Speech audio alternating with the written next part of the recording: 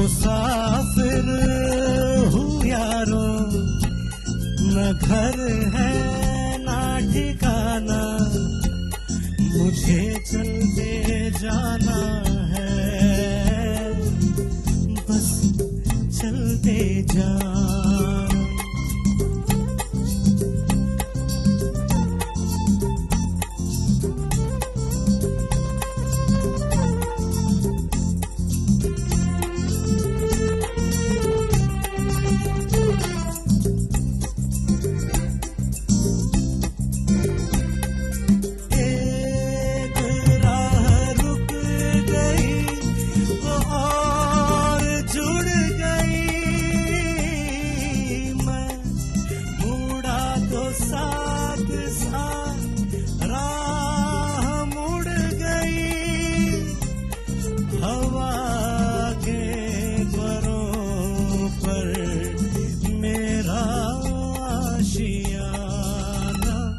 मुसाफिर हूँ यारों, न घर है ना ठिकाना, मुझे चलते जाना है, बस चलते जाना।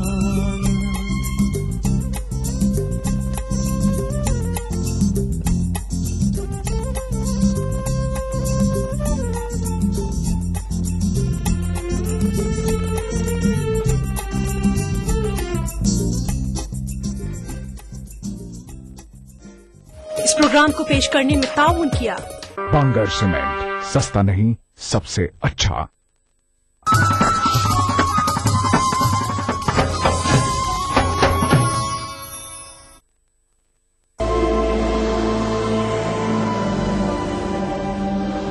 इंसान सदियों से जेवरात इस्तेमाल कर रहा है अपनी जीनत और शख्सियत के निखार के लिए। बतौर मुसलमान हम पत्थरों और कीमती धातों की अहमियत और अफादियत को मानते हैं। इन तमाम बातों को मद्देनजर रखते हुए कोरल ब्रांड्स लाया आपके लिए अनमोल और नायाब तर्ज का एक लॉकेट। खालिक कायनात के इसमें मुबारक वाला अमेरिकन डायमंड कट स्टोन से मुज़य्यन ये हसीन जाज़्बे नजर 1 ग्राम माइक्रो गोल्ड प्लेटेड लॉकेट और चेन, यूनिक सिंगापुरी डिजाइन। ये लॉकेट आपकी शख्सियत को अपनी दमक और एक्स्ट्रा ग्लिटरिंग पावर से ऐसे निखारेगा कि हर देखने वाली आंख दंग रह जाएगी। ये लॉकेट महज जेवर ही नहीं बल्कि खास अंदाज से जुड़े डायमंड कट अमेरिकन स्टोन्स का अनोखा करिश्मा है। कोई आम सा आर्टिफिशियल सेट भी खरीदे तो भी 2 से 3 हजार तो खर्च हो ही जाएंगे, मगर इस 1 ग्राम माइक्रो गोल्ड प्लेटेड चेन और इसमें रब के लॉकेट का हदिया है महज 2499 रूपए। जी हाँ, अपनी खूबसूरती और कम कीमत की वजह से तेजी से मकबूल होने वाले इस लॉकेट और चेन का हदिया है सिर्फ और सिर्फ 2499 रूपए। मिलने मिलाने के लिए भारी भरकम जेवरात न सही मगर हल्की फुल्की ज्वेलरी तो लाजमी है। इस्लाम वैसे भी सिनफे नाजुक के सजने संवरने को पसंद करता है और अगर अपना हार सिंगार अल्लाह के बाबरकत नाम से करें तो फिर तो सुभान अल्लाह। हर दिल को खींच लेने वाला, नजरों को लुभाने वाला, निगाहों में बस जाने वाला ये अनमोल लॉकेट स्क्रीन पर दिखाए जाने वाले किसी भी नंबर पर कॉल मिलाकर अभी ऑर्डर करें और घर बैठे इस रहमतों और बरकतों भरे लॉकेट को हासिल करें। इसकी मार्केट वैल्यू इससे कहीं ज्यादा है मगर रिश्ता अकीदत की वजह से इसका हदिया है सिर्फ और सिर्फ 2499 रूपए। फोन लाइन मसरूफ मिलने या कॉल वेटिंग की सूरत में अपना नाम और शहर का नाम लिखकर किसी भी दिए गए नंबर पर SMS कर दें। हमारा नुमाइंदा फौरन आपसे राब्ता करेगा। जरा सोचें, 2-2.5 हजार में आता क्या है? अगर हर कोई आपसे मुतासिर हो, तारीफ करे, पूछे कहाँ से लिया, कहे उफ कितना सज रहा है तुम पे, तो आपको कैसा लगेगा? इसे दफ्तर में, दुकान पर, घरों में, काम की जगह पर गर्ज कहीं भी पहना जा सकता है। ये वसीला सवाब भी है और बाइसे रहमत, बरकत और फजीलत भी। अपने मुनासिब साइज की वजह से ये मर्द और खवातीन दोनों को बहुत जचता है। इन तमाम नगीनों की तादाद और तरतीब बहुत ही खास अंदाज में रखी गई है। इनके नायाब चुनाव में इनकी तासीर और अहमियत का बहुत ख्याल रखा गया है। Super emerging premium quality technology से 1 ग्राम गोल्ड प्लेटिंग के जरिए इस लॉकेट की बेहतरीन धात को महफूज कर दिया गया है, जो सोने से भी बढ़कर शानदार और चमकदार है।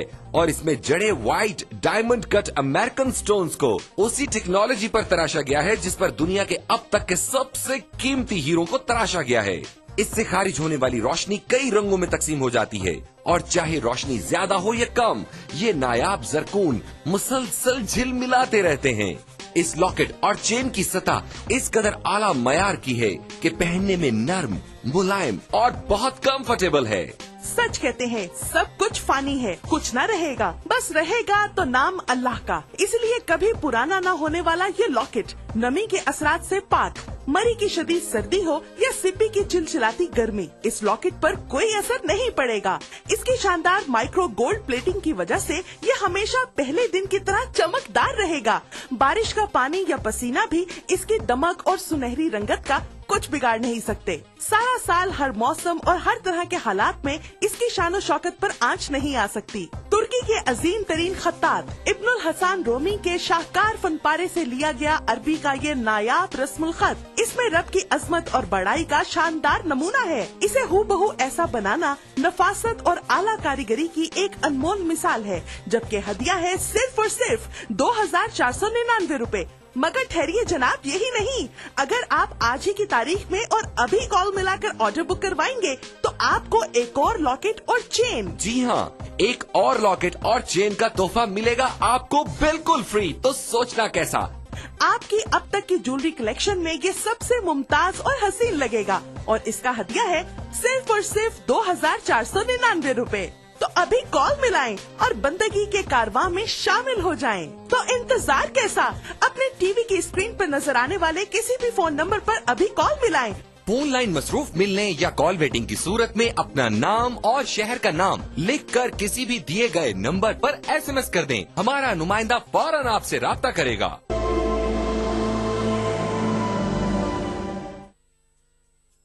विलादत मुस्तफा हुई हो, जिस दिन हुजूर की आमद से इंसानियत पर अल्लाह ने इतना करम फरमाया हो। फरमाया नबी ये रहमत के विलादत के दिन से बढ़कर इंसानियत के लिए और बरकत का दिन कौन सा हो सकता है जिसे सेलिब्रेट किया जाए।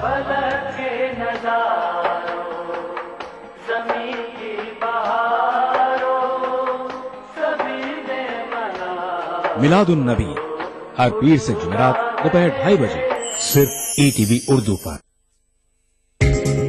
ETV उर्दू पर अगला प्रोग्राम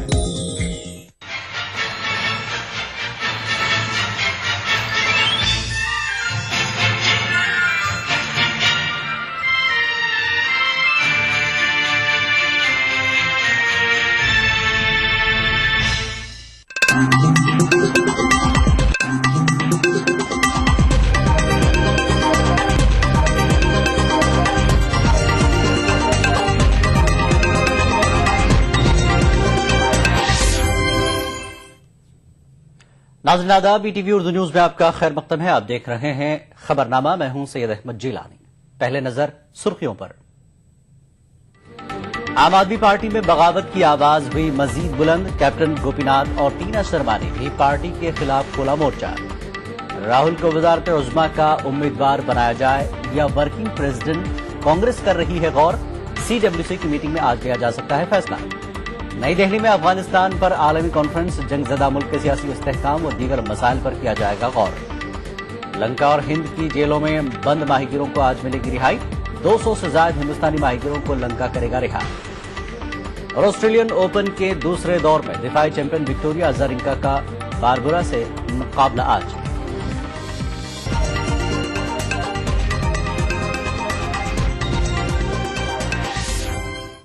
बड़ी तफसील से पहले रुख करेंगे दिल्ली का। विनोद कुमार बिनी इस वक्त मीडिया से बात करें, आइए आपको लिए चलते हैं सीधे वहीं। देश में भ्रष्टाचार, महिला उत्पीड़न और जितने भी तमाम मुद्दे थे, उन मुद्दों से परेशान होकर एक आंदोलन चला। उस आंदोलन से निकल के पार्टी बनी और उसमें अन्ना जी के आंदोलन का बहुत महत्वपूर्ण भूमिका रही इस देश में।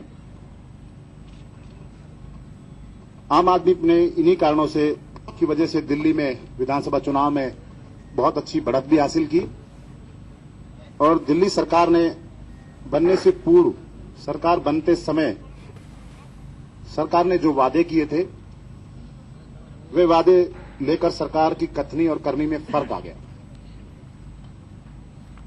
वो क्या फर्क है वो आप लोगों के बीच में अभी मैं रखने जा रहा हूं। पहला मुद्दा है हमारा पानी का। चुनाव प्रचार के दौरान पार्टी ने और मैंने प्रत्येक मंच से 700 लीटर स्वच्छ पानी हर घर को मुफ्त पहुंचाने का वादा किया था। 700 लीटर से ऊपर पानी का बिल देने की बात की गई थी, किंतु मैनिफेस्टो बनाते समय बड़ी चतुराई से इसमें 701 लीटर पानी होते ही पूरे पैसे लेने की बात जोड़ दी गई। आप दिल्ली की जनता से एक बात पूछिएगा, जितने मंचों पे हमने बात कही, हमने ये बात कही कि 700 लीटर हर घर तक साफ स्वच्छ पानी पहुंचाया जाएगा और वो बिल्कुल मुफ्त होगा। और उसमें मैनिफेस्टो बनाते वक्त एक बहुत चतुराई से एक बात जोड़ दी गई कि 701 लीटर से जो ज्यादा पानी खर्च करेगा वो उसे पूरे पैसे देने होंगे। मैं बता दूं, मैनिफेस्टो मेरे ख्याल से 2% लोगों के पास भी नहीं पहुंच पाता है। कितने लोग मैनिफेस्टो पढ़ पाते हैं आप बताइए, जितने पत्रकार बंधु मेरे साथ, आप लोग बहुत अच्छी तरह जानते हैं। ये सीधा सीधा जिस मंच से मैंने बोला, अरविंद भाई ने बोला, जितने हमारे वक्ता थे उन्होंने बोला, ये बोला 700 लीटर स्वच्छ पानी हर घर तक पहुंचेगा। लेकिन बहुत चतुराई से बात जोड़ दी गई कि 701 लीटर जैसे ही होगा उस पर पूरा पानी उस आदमी को देना पड़ेगा। ये मैनिफेस्टो, ये दिल्ली की जनता के साथ कहीं ना कहीं शब्दों का खेल है। ये सबसे बड़ा धोखा है दिल्ली की जनता के साथ। दूसरी बात, दिल्ली में जब पिछले दिनों अरविंद भाई ने अनशन किया था पानी को लेके, बिजली को लेके, तो उस समय एक बात बहुत जोर शोर से कही दी गई थी कि दिल्ली में जो जितने भी पानी के नाजायज बिल आ रहे हैं उनको जनता देना बंद करे। और उसके समर्थन में 10,52,000 लोगों ने अपनी समर्थन की चिट्ठियां आम आदमी पार्टी के जहां अनशन स्थान पे सीमापुरी में हो रहा था वहां लोगों ने दी।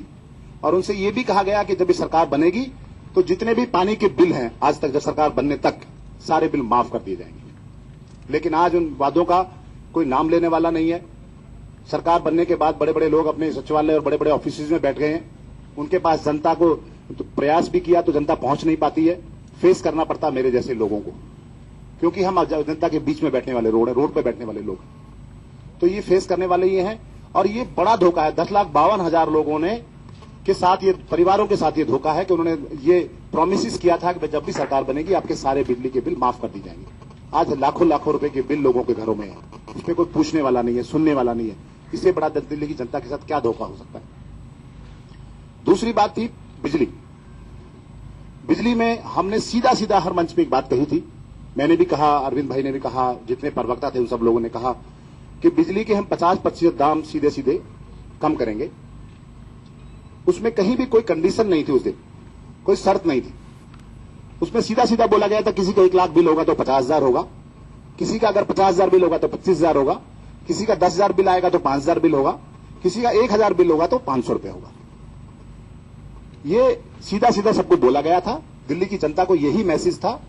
और उसके बाद ये कहीं नहीं था कि भाई कॉमर्शियल के साथ हम भेदभाव करेंगे, कहीं इंडस्ट्रियल के साथ हम हेराफेरी करेंगे, रेजिडेंशियल के साथ कुछ हमारे अलग नियम होंगे, या झुग्गी बस्ती के लिए अलग होंगे, रिसेटलमेंट कॉलोनी के अलग होंगे। ये कहीं कहीं किसी मंच पे नहीं कहा गया।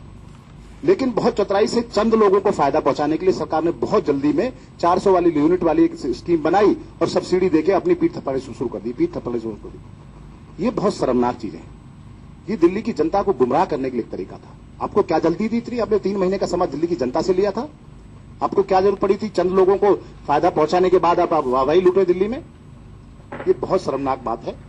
और इससे कम से कम दिल्ली की 90% जनता अपने आप को छला हुआ महसूस कर रही है।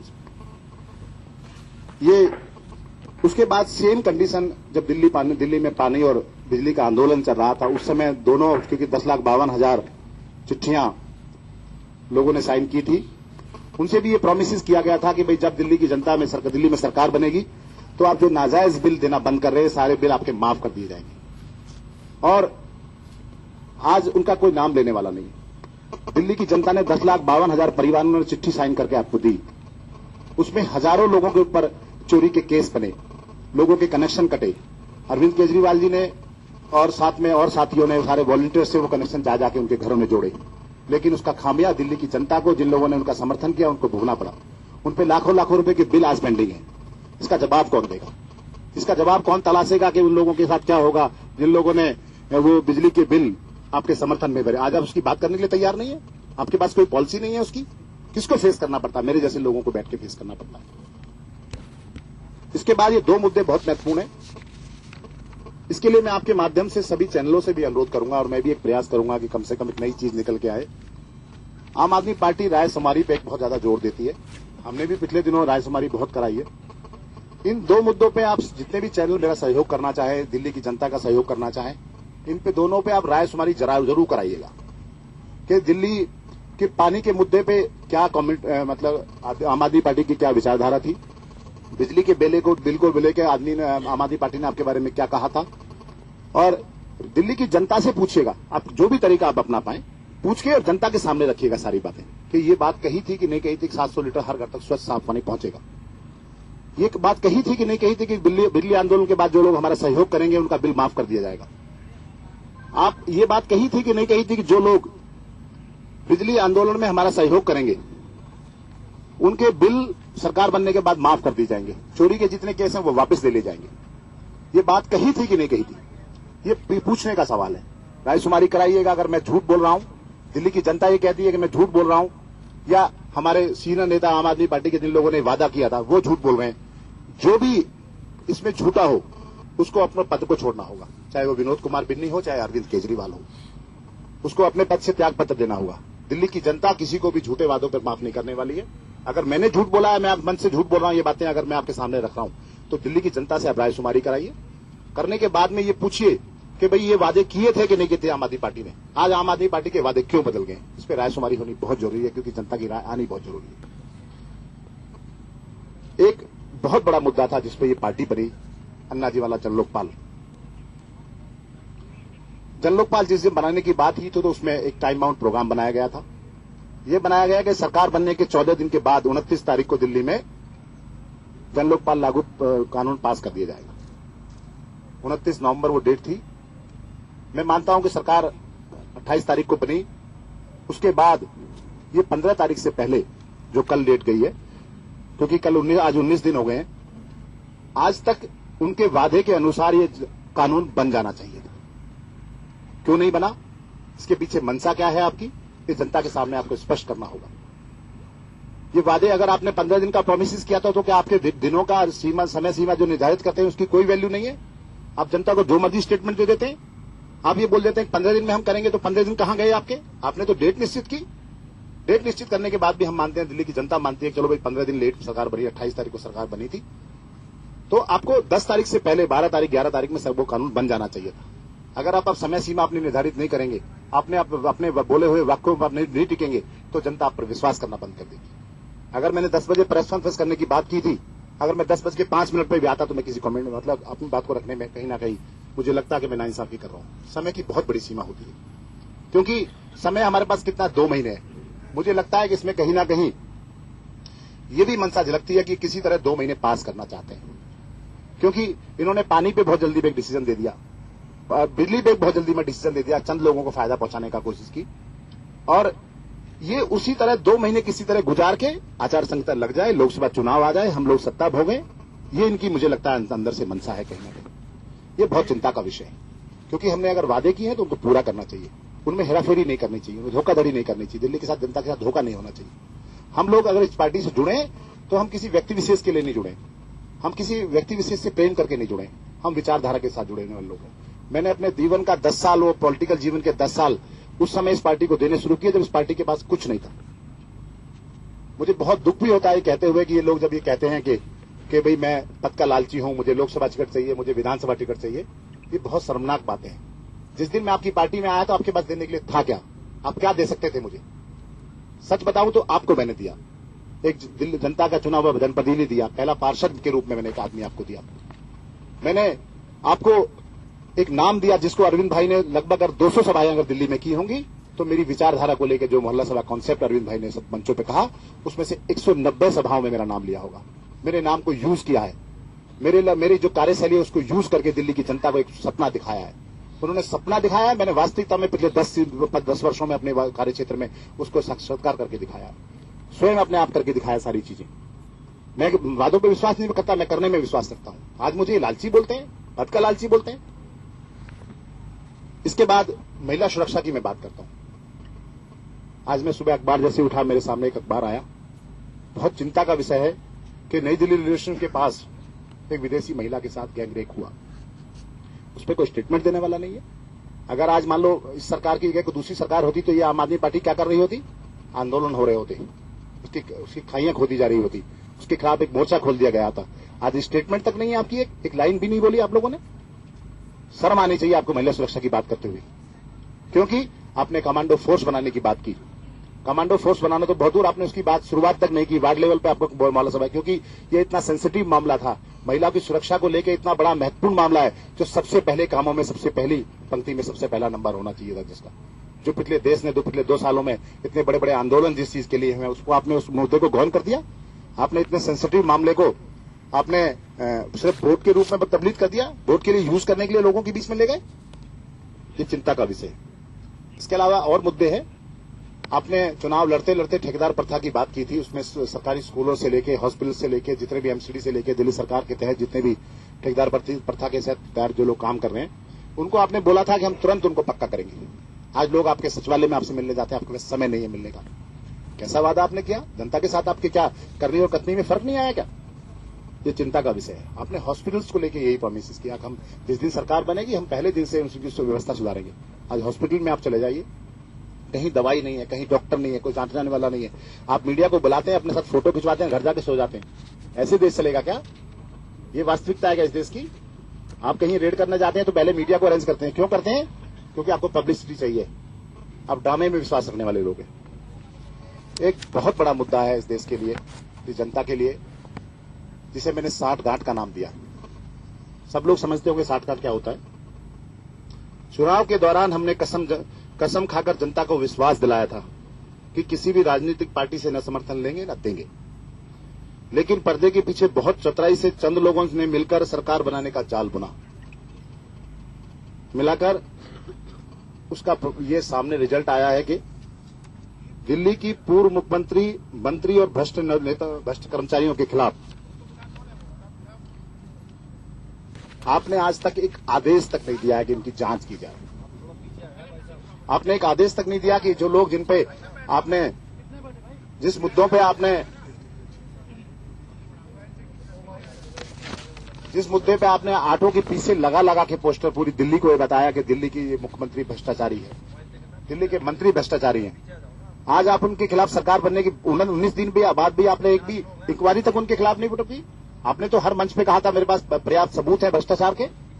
पिछले दिनों आपने जब विधानसभा सत्र चालू हुआ तो मैं उस सत्र में मौजूद था। आपने डॉक्टर हर्षवर्धन से एक लाइन कही जो बहुत चिंता का विषय है।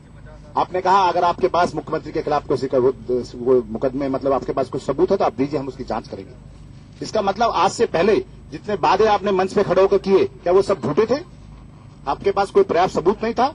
आपके पास सबूत नहीं था तो आपको किसने अधिकार दिया किसी को भ्रष्टाचारी कहने का? ये बड़ा सवाल है। अगर आपके पास सबूत है तो आप जांच क्यों नहीं करते? और अगर आपके पास सबूत आप हर्षवर्धन से मांगते हैं हाउस के अंदर, क्योंकि मिनट्स में वो मौजूद है, अथवा हर्षवर्धन से अगर आप मांगते हैं तो ये चिंता का विषय है कि आपने दिल्ली की जनता के साथ झूठ बोला और एक मुख्यमंत्री को, मंत्रियों को बिना सबूत के भ्रष्टाचारी कहा। ये चिंता का विषय है। ऐसे वाक्य हम सब लोगों को शोभा नहीं देते। इसके अलावा बहुत सारी चीजें हैं।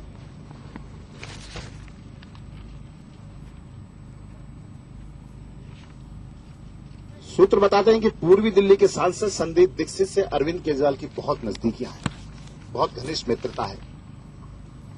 ये पूरे देश ने देखा है पिछले दिनों, सारे सूत्र बताते हैं और मैं भी स्वयं इस बात का बिल्कुल अच्छी तरह जानता हूं। इसी का परिणाम है कि आज जितने भी महत्वपूर्ण फैसले आम आदमी पार्टी में हो रहे हैं उसमें कांग्रेस नेताओं के द्वारा दिए गए आदेश की तरह है। वो कहीं ना कहीं कांग्रेस के वो लोग आदेश कर रहे हैं, उसका पालन किया जा रहा है आम आदमी पार्टी। आज जो साठगांठ पिछले पर्दे के पीछे हुई है वो इस बात को साबित करती है कि कहीं ना कहीं ये लोग मिले हुए हैं। इससे पता चलता है कि जो पहले दिन दिल्ली की जनता को ये बोला गया था कि हम दिल्ली की सरकार बनने के 6 महीने के अंदर उन भ्रष्टाचारियों को जेल के अंदर भेज देंगे, तिहाड़ जेल में नाम यूज किया गया। आज वो विषय भ्रष्टाचार का गौन हो गया है, कहीं लुप्त हो गया है। ये बड़ा चिंता का विषय है। कुछ बातें पार्टी के लिए, क्योंकि मैं पीछे स्क्रीनिंग कमेटी में था और दिल्ली की जनता के साथ जो धोखा हुआ, जो एक हाई प्रोफाइल ड्रामा हुआ, वो आप लोगों के बीच में मैं जरूर शेयर करना चाहता हूं। क्योंकि मैं स्क्रीनिंग कमेटी में था, मैंने सब अपने सामने सब चीजें देखी हैं। इस बात को बताने से पहले एक दो चीजें और बता दूं मैं आपको। हमारे तमाम मंत्रियों ने, एमपीओ ने, मुख्यमंत्रियों ने एक बात कही थी कि हम ना गाड़ी लेंगे, ना लाल बत्ती की गाड़ियां लेंगे, ना बड़े बड़े बंगले लेंगे। कि दुर्भाग्य की बात है कि सारे मंत्रियों ने वीआईपी नंबर्स की गाड़ी आज वो चला रहे हैं और अधिकार के क्षेत्र मांगते हैं, जबकि उन्होंने एफिडेविट दिया कि हम लाल बत्ती की गाड़ियां, वीआईपी गाड़ियों की नंबर, वीआईपी कल्चर के हम खिलाफ हैं। तो वीआईपी कल्चर के खिलाफ है तो आप वीआईपी नंबर गाड़ी पे क्यों यूज कर रहे हैं? गाड़ी आपने छोटी गाड़ी की जगह बड़ी गाड़ियां क्यों यूज की, ये भी चिंता का विषय है। अरविंद केजरीवाल जी ने जो मुख्यमंत्री रहते रहते 10 बड़े बेडरूम्स का जो घर चिन्हित किया था अपने लिए, अगर जनता उस पर विरोध ना करती तो क्या मुख्यमंत्री उस पर ना रह रहे होते? निश्चित रह रहे होते। उनकी भी इच्छाएं हैं, महत्वाकांक्षाएं हैं, उनका इच्छा थी कि मैं बड़े बंगले में रहूं, लेकिन उसका रूप बदल दिया। उन्होंने कहा कि जिसमें सीएम रहती उसमें ना रह के अलग से एक फ्लैट के नाम पे एक बड़ा बंगला ले लूंगा, लेकिन जनता ने विरोध किया तो उसको उनको पीछे हटना पड़ा, अपना पीछे खींचना पड़ा सब चीजों को। और बाकी मंत्रियों ने जो फेज 2 में कुछ मंत्रियां रह रहे हैं, कुछ और लोग रह रहे हैं, उन्होंने भी बड़े बड़े 4-4 फ्लैट के अपने लेके ऑफिस और घर बना लिए। विधानसभा चुनाव को लेकर कुछ बातें मैं आपसे करना चाहता हूं, क्योंकि मैं पिछले दिनों रहा। विधानसभा चुनाव जब कट का जो बंटवारा हुआ था उसमें बहुत बड़ा भ्रष्टाचार हुआ। जो विधानसभा के टिकट पिछले दिनों बटे उसमें बड़े भ्रष्टाचार हुए। भ्रष्टाचार की परिभाषा 2 तरह होती है। एक परिभाषा होती है कि सीधे सीधे पैसे लेना देना, किसी को देना, किसी को रिश्वत लेना। एक होता है किसी के अधिकारों का हनन करना, किसी के अधिकारों को छीन के किसी और को देना। ये भी एक अपने आप में भ्रष्टाचार है। और मेरे ख्याल से मैं जानता हूं कि पैसे लेने देने ज्यादा आदमी का किसी का अधिकार छीनना, किसी की चीजों को छीन के किसी और को देना, ये बड़ा भ्रष्टाचार है। इसमें जब लक्ष्मीनगर सीट की जो नाज़रीन, दिल्ली से आप देख रहे थे विनोद कुमार बिन्नी, आम आदमी पार्टी के लीडर।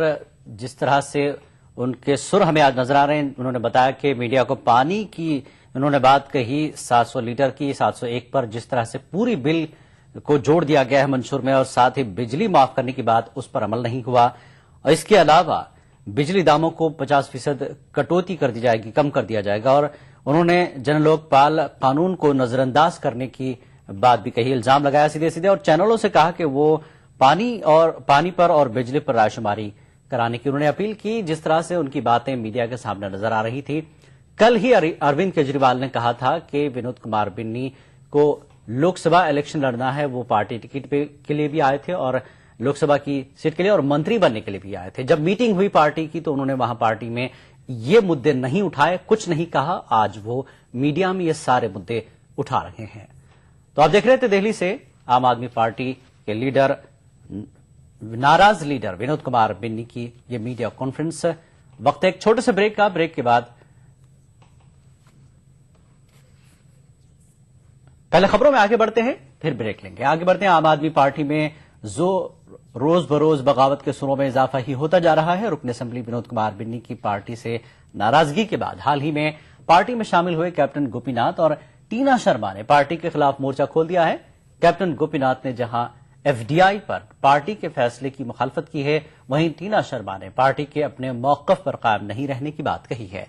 कैप्टन गोपीनाथ ने कहा कि पार्टी के अंदर दाखिली जमहूरियत नहीं है, लिहाजा वो पार्टी में शामिल होने के अपने फैसले पर दोबारा गौर कर रहे हैं। गोपीनाथ ने कहा कि केजरीवाल हुकूमत ने एफडीआई पर साबिका हुकूमत का फैसला तब्दील करके ठीक नहीं किया है। उनका कहना है कि पार्टी सस्ती शोहरत की सिमत जा रही है, जिससे उसे नुकसान हो सकता है।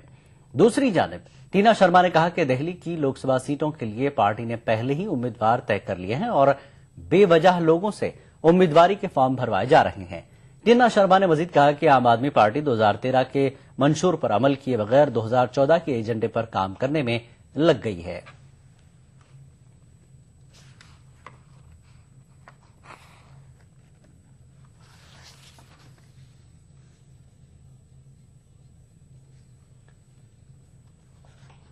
वहीं कांग्रेस ने एक मरतबा फिर आम आदमी पार्टी को निशाना बनाया है। वज़ीर खारजा सलमान खुर्शीद ने आम आदमी पार्टी की पॉलिसियों और हुकूमत चलाने के तरीक़ेकार को निहायत ही खतरनाक और बेतुका करार दिया है। सलमान खुर्शीद के मुताबिक आम आदमी पार्टी वही तरीके इख्तियार कर रही है जिस पर माजी में अमल किया जा चुका है। खुर्शीद ने आम आदमी पार्टी को मुल्क के निजाम के लिए खतरा करार दिया। सलमान खुर्शीद का यह बयान ऐसे वक्त आया है जब आम आदमी पार्टी ने अपनी रुकनीत साजी की मुहिम के जरिए सिर्फ 5 दिनों में 10 लाख अरकान को पार्टी में शामिल किया है। सलमान खुर्शीद ने यह बयान एक निजी न्यूज चैनल को दिया।